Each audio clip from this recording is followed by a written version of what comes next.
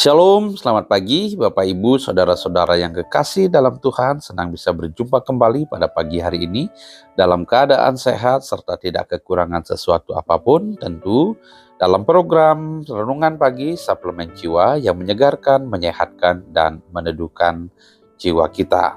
Salam damai sejahtera untuk kita semua. Kiranya Tuhan melimpahi kita dengan segala kebaikan dan kekayaan kasih karunia-Nya, sehingga oleh belas kasihan-Nya kita boleh melakukan semua aktivitas dan pekerjaan kita pada hari ini. Seperti biasa, sebelum kita mulai aktivitas kita pada hari ini, saya mau mengajak kita semua untuk kembali membaca dan merenungkan kebenaran firman Tuhan yang tentu akan memberkati dan menguatkan kita dalam menghadapi segala situasi yang ada di depan kita. Namun sebelumnya mari kita berdoa. Bapa di dalam kerajaan surga, di dalam nama Tuhan Yesus Kristus, kami bersyukur kepadamu atas pimpinan dan penyertaan Tuhan sepanjang malam yang boleh kami lewati. Hingga pagi ini Tuhan, kami boleh bangun dalam keadaan selamat serta tidak kekurangan sesuatu apapun. Jikalau ada di antara kami bangun dalam keadaan kelemahan tubuh, kami mohon kepadamu juga kiranya Tuhan akan memberikan kekuatan dan kesehatan kepada kami sehingga kami boleh kembali melakukan aktivitas kami selanjutnya. Sebelum kami memulai aktivitas kami pada hari ini ya Tuhan, kami rindu untuk kembali membaca dan merenungkan kebenaran firman-Mu. Terangilah hati, pikiran, dan perasaan kami. Kuduskanlah ya Tuhan, sehingga kami dapat mengerti dan memahami maksud-Mu dalam hidup kami. Tuntunlah kami kepada segala kebenaran-Mu dan singkapkanlah firman-Mu bagi kami. Di dalam nama Kristus Yesus Tuhan, firman yang hidup. Amin. Puji Tuhan, saudara-saudara yang kekasih dalam Tuhan, pada hari ini saya mau mengajak kita untuk membaca dan merenungkan kebenaran firman Tuhan yang terambil dari Ibrani pasal 10 ayat yang ke-29 sampai dengan ayatnya yang ke-30. Sekali lagi pembacaan firman Tuhan pada pagi hari ini yang akan kita renungkan terambil dari surat Ibrani pasal 10 ayat 29 sampai dengan ayatnya yang ke-30. Demikian firman Tuhan. Betapa lebih beratnya hukuman yang harus dijatuhkan atas dia yang menginjak-injak anak Allah, yang menganggap najis darah perjanjian, yang menguduskannya, dan yang menghina roh kasih karunia. Sebab kita mengenal Dia yang berkata, "Pembalasan adalah hakku, akulah yang akan menuntut pembalasan," dan lagi, Tuhan akan menghakimi umat-Nya. Saya akan membaca sekali lagi Ibrani 10 ayat 29 sampai dengan ayat yang ke-30. Betapa lebih beratnya hukuman yang harus dijatuhkan atas dia yang menginjak-injak anak Allah, yang menganggap najis darah perjanjian, yang menguduskannya, dan yang menghina roh kasih karunia. Sebab kita mengenal Dia yang berkata, "Pembalasan adalah hakku, akulah yang akan menuntut pembalasan," dan lagi, Tuhan akan menghakimi umat-Nya. Demikianlah pembacaan firman Tuhan pada pagi hari ini. Berbahagialah setiap orang yang mendengarkan firman Tuhan, merenungkannya, terlebih melakukannya dalam hidup sehari-hari. Terpujilah nama Tuhan. Saudara-saudara yang dikasihi oleh Tuhan, tema kita pada pagi hari ini adalah hukuman yang berat bagi para penista.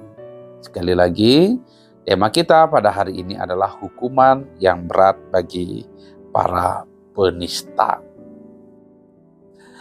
Pada zaman akhir banyak sekali muncul penista yang menghina, merendahkan, menghujat keyakinan kita sebagai orang-orang yang percaya kepada Kristus.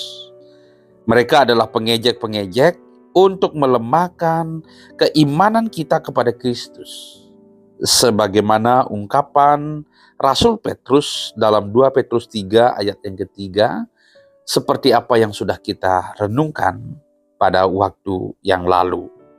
2 Petrus 3 ayat yang ketiga mengatakan bahwa yang terutama harus kamu ketahui ialah bahwa pada hari-hari zaman akhir akan tampil pengejek-pengejek dengan ejekan-ejekannya, yaitu orang-orang yang hidup menuruti hawa nafsunya. Saudara yang dikasihi oleh Tuhan Yesus Kristus, Rasul Petrus sudah menasihati kita dan meminta kepada kita supaya kita mengetahui tentang hal ini, bahwa pada akhir zaman atau zaman akhir akan muncul pengejek-pengejek yang hidup menuruti hawa nafsunya. Bahkan mereka berdasarkan pembacaan firman Tuhan dari Ibrani 10 ayat 29 sampai dengan 30 hari ini, pengejek-pengejek itu bahkan datang dari antara kita. Kemudian mereka berbalik dan meninggalkan Tuhan. Jadi fenomena kemunculan para pengejek-pengejek di akhir zaman ini bukan saja ditujukan kepada orang-orang yang percaya kepada Kristus, melainkan juga menista apa yang kita yakini dan kita imani sebagai kebenaran. Dia menista keyakinan kita, dia menista kitab suci atau firman Tuhan, dia menista Tuhan kita. Mereka melakukannya dengan begitu luar biasa, seakan-akan merekalah yang paling benar dan merekalah orang-orang yang akan diselamatkan. Tetapi sesungguhnya firman Tuhan mengatakan bahwa merekalah yang akan dihukum. Justru hukuman yang akan mereka terima justru lebih berat lagi.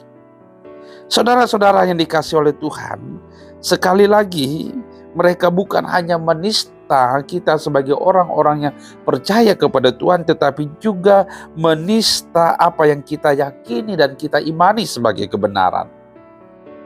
Yang pertama, yang dapat kita lihat dari pembacaan kita pada hari ini adalah mereka menghina anak Allah yang adalah Tuhan dan Juru Selamat kita. Artinya bahwa ini tidak ditujukan hanya kepada kita sebagai orang yang percaya kepadanya, tetapi juga kepada Dia yang kita percayai. Dikatakan di situ bahwa di dalam ayat yang ke-29 tadi sudah jelas sekali mengatakan bahwa betapa lebih beratnya hukuman yang harus dijatuhkan atas dia yang menginjak-injak anak Allah. Anak Allah yang dimaksudkan di sini adalah Kristus atau Tuhan Yesus. Mereka bukan hanya menghina, mengejek orang-orang percaya, tetapi juga menghina Tuhan, merendahkan Tuhan. Dia menginjak-injak. Artinya mereka tidak mau menghormati, mereka tidak mau menghargai. Jangankan menghormati dan menghargai, percaya pun mereka tidak mau. Saudara-saudara yang dikasihi oleh Tuhan, dengan berbagai cara mereka lakukan agar iman kita menjadi lemah. Bukan saja kita yang diejek, tetapi Tuhan juga direndahkan. Ya. Jadi orang yang merendahkan Tuhan adalah orang yang sudah patut untuk mendapatkan hukuman.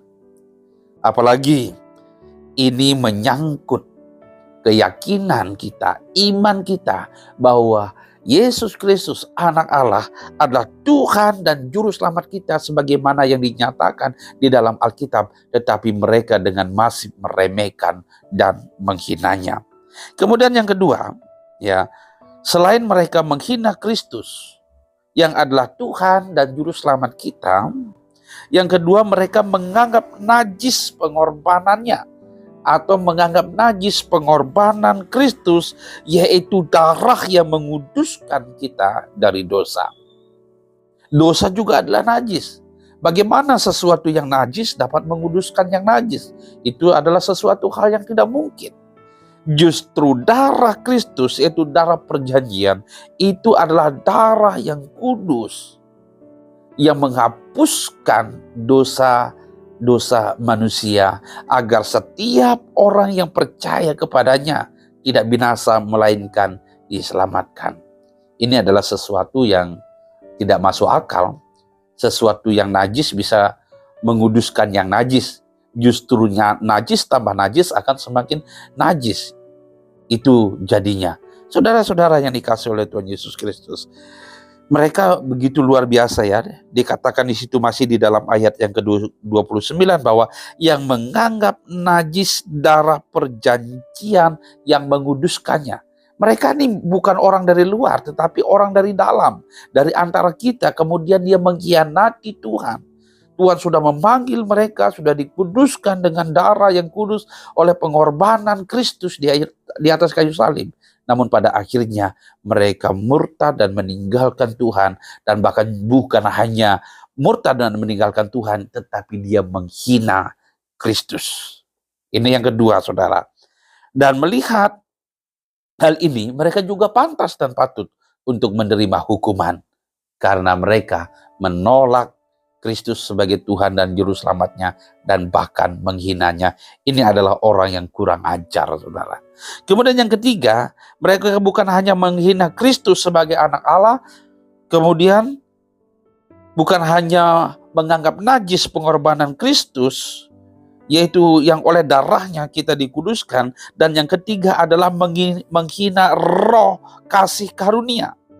Masih di dalam ayat yang ke-29 dikatakan bahwa dan yang menghina roh kasih karunia. Mereka tidak mau menerima kasih karunia Allah. Mereka menghina dan menghujat Roh Kudus. Bagaimana mereka bisa diselamatkan? Ya, Tuhan sudah memberikan kepada kita sesuatu yang baik untuk keselamatan kita. Tuhan sudah memberikan kepada kita kasih karunia-Nya kepada kita. Sekalipun kita tidak layak untuk menerima, tetapi Tuhan berikan kepada kita dengan cuma-cuma, tetapi mereka telah menolak. Bagaimana mereka bisa selamat? Jalan satu-satunya yang mereka tempuh adalah jalan penghukuman. Saudara-saudara yang dikasih oleh Tuhan, mereka akan menerima hukuman yang sangat berat. Sebab bukan manusia yang akan menghukum mereka, tetapi tangan Tuhan. Sekali lagi, mereka yang telah menghina Kristus sebagai anak Allah, Tuhan dan Juru Selamat kita, mereka telah menganggap najis pengorbanan Kristus, yaitu oleh darahnya kita dikuduskan. Dan yang ketiga, mereka menghina roh kasih karunia. Mereka akan menerima hukuman yang berat. Sekali lagi, kenapa hukuman itu berat? Karena yang menghukum itu bukanlah manusia, tetapi tangan Tuhan yang akan menghukum mereka. Ayat yang ke-30 dikatakan tadi bahwa sebab kita mengenal Dia yang berkata, pembalasan adalah hakku. Jadi Tuhanlah yang akan berperkara dengan mereka. Ketika manusia tidak sanggup lagi ya untuk menasehati, menegur, dan mengajak mereka kembali kepada jalan yang benar, maka Tuhanlah yang akan berperkara dengan mereka. Pembalasan adalah hakku. Akulah yang akan menuntut pembalasan, dan lagi Tuhan akan menghakimi umatnya. Artinya bahwa Tuhan akan menentukan siapa yang berhak untuk diselamatkan dan siapa yang berhak untuk dihukum, bahkan hukuman yang paling berat sekalipun. Saudara-saudara yang dikasih oleh Tuhan, kejahatan mereka bukan hanya menolak untuk percaya kepada Kristus, melainkan juga mengejek, menghina, merendahkan, dan meremehkan sebagai wujud keadilan Allah. Ia menghukum mereka dan menyelamatkan orang-orang yang percaya kepadanya. Sekali lagi, sebagai wujud keadilan Allah, sesungguhnya telah tersedia hukuman yang sangat berat bagi mereka. Betapa bodohnya kita jika karena mereka kita meninggalkan iman kita untuk menerima hukuman bersama-sama dengan mereka. Betapa bodohnya kita yang mengerti kebenaran namun dibodohi oleh bualan mereka. Pada akhirnya kita kehilangan sesuatu yang sangat berharga. Saudaraku yang kekasih dalam Tuhan, supaya kita tidak kehilangan apa yang kita harapkan, mari kita teguh berpegang pada keyakinan iman kita. Jika para penista itu muncul, anggaplah itu sebagai tantangan untuk atau bagi iman kita yang akan membuat kita semakin teguh beriman kepada Kristus. Anggaplah pengejek-pengejek itu, kemunculan para penista-penista itu akan membuat iman kita semakin kuat dan semakin berdiri teguh dan tidak tergoyahkan. Kita jangan mau dihukum bersama-sama dengan penista-penista itu. Baiklah kita memilih jalan yang benar, yaitu bertahan, yaitu mempertahankan iman kita kepada Kristus sampai kepada kesudahannya. Tuhan memberkati kita dengan firman-Nya. Haleluya. Mari kita berdoa. Bapa di surga, terima kasih untuk firman-Mu yang boleh kami dengarkan pada pagi hari ini. Tuhan kayaknya akan memberkati dan menolong kami supaya firman-Mu ini terus meneguhkan kami ya Tuhan. Dan membuat kami semakin percaya di tengah-tengah kemunculan para penista-penista yang bukan hanya menista kami sebagai orang yang percaya kepada Tuhan, tetapi juga menista Engkau ya Tuhan. Oleh karena itu Tuhan, ajarlah kami untuk terus meyakini akan kebenaran yang sudah kami terima Tuhan, sehingga kami tidak mudah tergoda, tidak mudah terprovokasi, tidak terseret dalam kesesatan, sehingga kami tidak dihukum bersama-sama dengan penista-penista itu. Sebab firman-Mu memberitahukan kepada kami hukuman mereka sangat berat Tuhan.